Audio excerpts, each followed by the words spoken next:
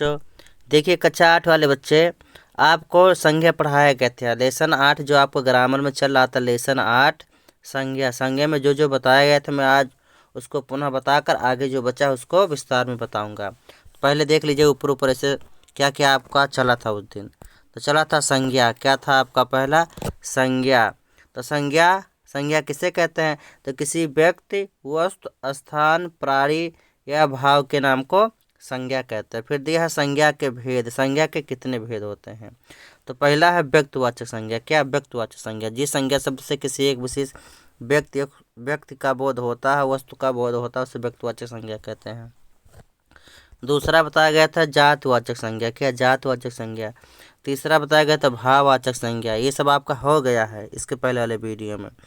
फिर दिया था संज्ञा के अन्य भेद। संज्ञा के अन्य भेद कौन कौन से? द्रव्यवाचक संज्ञा और समूहवाचक संज्ञा। कुल मिलाकर 5 प्रकार हो गया था। आज यहाँ से आपको देखना स्टार से, कहाँ से? स्टार से या यहाँ से जो ये हेडिंग दिया है यहाँ से आपको देखना है कि व्यक्तिवाचक संज्ञा का जातवाचक संज्ञा के रूप में प्रयोग। केवल इसको समझाना है, केवल इसको समझाना है। नोट केवल कॉपी में इसके पहले जो पढ़ाया गया था वहीं तक करना है। इधर जो है उसको केवल समझाना है। आप ध्यान से इसको समझिए। तो पहला दिया है यहाँ हेडिंग में, व्यक्तिवाचक संज्ञा का जातवाचक संज्ञा के रूप में प्रयोग। दिया स्टार में, जब व्यक्तिवाचक संज्ञा बहुवचन में प्रयोग की जाती है, जब व्यक्तिवाचक संज्ञा बहुवचन में प्रयोग की जाती है तो वह जातवाचक संज्ञा बन जाती है। वह जातवाचक संज्ञा बन जाती है। जैसे दिया है, जैसे दिया है,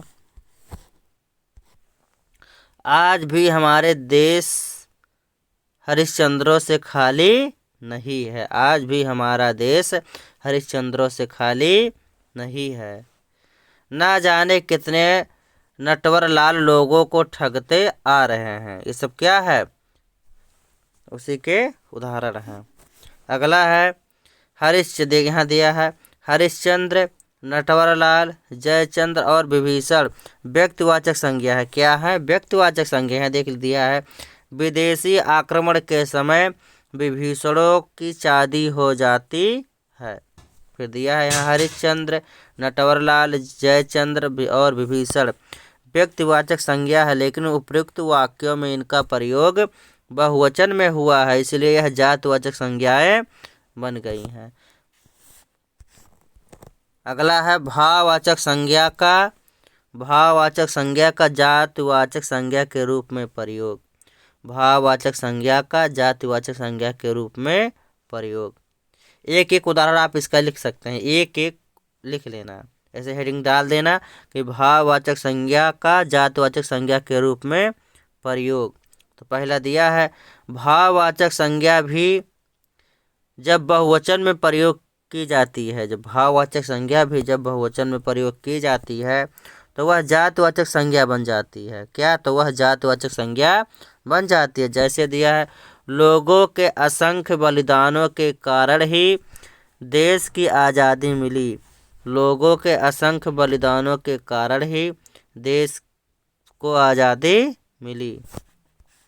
अगला है, बच्चे का पालन पोषण करने में माँ के त्यागों की गिनती नहीं की जा सकती। अगला, हमारे समाज में घरेलू हिंसाओं की कहानियाँ दिल को दहला देती है। दिया है यहाँ, सामान्य रूप से बलिदान, त्याग और हिंसा भाववाचक संज्ञा है। बलिदान, त्याग और हिंसा भाववाचक संज्ञा है, लेकिन यहाँ बहुवचन में प्रयोग होने के कारण ये जातवाचक संज्ञाएं बन गई हैं। अगला है लास्ट में आपका, देख लीजिए, यहाँ से भी आप अपने कॉपी में नोट करेंगे क्योंकि बहुत ही महत्वपूर्ण है, नया है कुछ। अगला है जातिवाचक संज्ञा का व्यक्तिवाचक संज्ञा के रूप में प्रयोग। जातिवाचक संज्ञा का व्यक्तिवाचक संज्ञा के रूप में प्रयोग। कई बार जातिवाचक संज्ञा व्यक्तिवाचक संज्ञा के रूप में प्रयोग होने लगती हैं। कई बार जातिवाचक संज्ञा व्यक्तिवाचक संज्ञा के रूप में प्रयोग होने लगती हैं। जैसे भारत के लोग बापू का बहुत सम्मान करते हैं। बापू माने कौन? महात्मा गांधी। नेहरू स्वतंत्र भारत के पहले प्रधानमंत्री बने थे। कौन? पंडित जवाहरलाल नेहरू। आज हम लोग पूरी क्या है? हाँ, आज हम लोग पूरी जा रहे हैं। कहाँ? आज हम लोग पूरी जा रहे हैं। तो जगन्नाथ, कहाँ? जगन्नाथ दिया है, यहाँ देख लीजिए, जगन्नाथ दिया है। उपर्युक्त वाक्य में बापू, नेहरू और पुरी विशेष व्यक्तियों और स्थान का बोध करा रहे हैं, इसलिए जातिवाचक होते हुए भी ये व्यक्तिवाचक संज्ञाएं बन गए हैं।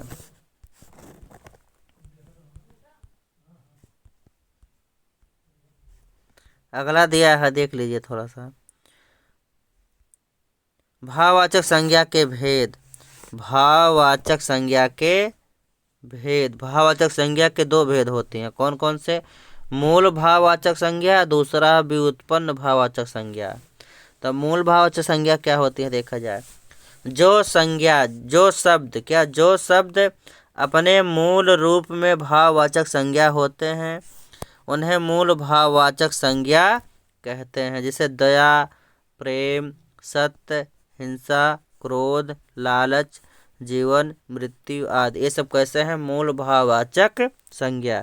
जो शब्द अपने मूल रूप से भाववाचक संज्ञा होते हैं उन्हें मूल भाववाचक संज्ञा कहते हैं। अगला है व्युत्पन्न भाववाचक संज्ञा। ये क्या होता है? जो भाववाचक संज्ञाएं अन्य शब्दों में, देख लीजिए फिर से यहाँ, व्युत्पन्न भाववाचक संज्ञा। जो भाववाचक संज्ञाएं अन्य शब्दों में प्रत्यय जोड़कर बनाई जाती हैं उन्हें व्युत्पन्न भाववाचक संज्ञा कहते हैं। जैसे सुंदर विशेषण है सुंदरता, काला इमा जो कालिमा, साफ आई जोड़ का सफाई, दूर दूरी, ये सब कैसे हैं? व्युत्पन्न भाववाचक संज्ञा। अगला भाववाचक संज्ञाओं की रचना। भाववाचक संज्ञाओं की रचना। व्युत्पन्न भाववाचक संज्ञा की रचना निम्नलिखित शब्दों से की जाती है। जैसे दिया है, व्यक्तिवाचक संज्ञा से। व्यक्तिवाचक संज्ञा से भाववाचक संज्ञा बनाना। व्यक्तिवाचक संज्ञा से बहुत कम भाववाचक संज्ञा बनाई जाती है या बनती है। जैसे व्यक्तिवाचक संज्ञा, भाववाचक संज्ञा बना। नेहरू, नेहरूवाद। गांधी, गांधीवाद। अंबेडकर, अंबेडकरवाद। ये सब क्या है? व्यक्तिवाचक संज्ञा से भाववाचक संज्ञा आपका बना। अगला है जातवाचक संज्ञा से। कुछ भाववाचक संज्ञाएं जातवाचक संज्ञा से भी बनती हैं। कुछ भाववाचक संज्ञाएं जातवाचक संज्ञा से भी बनते हैं। जैसे कवि, कवित्व, स्त्री, स्त्रीत्व, ये व्यक्तिवाचक संज्ञा, ये जातवाचक संज्ञा है, इसका बना भाववाचक संज्ञा क्या? कवित्व। स्त्री जातवाचक संज्ञा है, इसका बना स्त्रीत्व। ऐसे मानव, मानवता, बच्चा, बचपन, लड़का, लड़कपन, युवक, यौवन। अगला है सर्वनाम शब्दों से। किससे? सर्वनाम शब्दों से। कुछ सर्वनाम शब्दों से भी भाववाचक संज्ञाएं सर्वनामों से बनाई जाती हैं। जैसे अपना सर्वनाम है, अपनापन भाववाचक संज्ञा। निज, निजता या निजित्व। आप, आपा। पराया, परायापन। स्वा, स्वत्व। सर्व, सर्वस्व, सर्वनाम से बनाया गया भाववाचक संज्ञा। चौथा विशेषण से। किससे? विशेषण से। दिया है ऊंचा, ऊंचाई, बुरा, बुराई, महान, महानता, ये सब क्या है? ये सब है विशेषण। ये बना इसी से भाववाचक संज्ञा।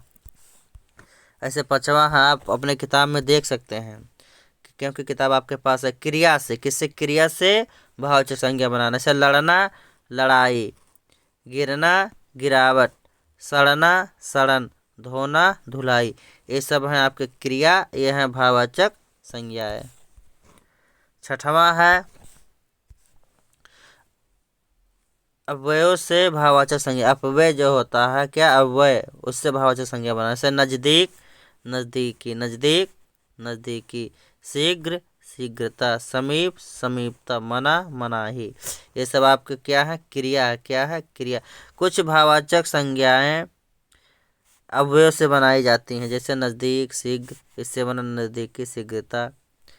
आज आपका ये संज्ञा वाला पाठ खत्म हुआ। अगले वीडियो में अगले पाठ को पढ़ाया जाएगा। जितना आपको पढ़ाया गया है आप उसको अपने कॉपी में नोट कीजिए, उसको तैयार कीजिए, क्योंकि आपका परीक्षा 1 मार्च से कराया जाएगा। क्योंकि आपकी कक्षाएं जितनी भी सब्जेक्ट हैं सबको ऑनलाइन चलाया जा रहा है, सबको पढ़ाया जाएगा। आप कंप्लीट कीजिए, परीक्षा के लिए तैयार हो जाइए। बस आज के लिए इतना ही। धन्यवाद।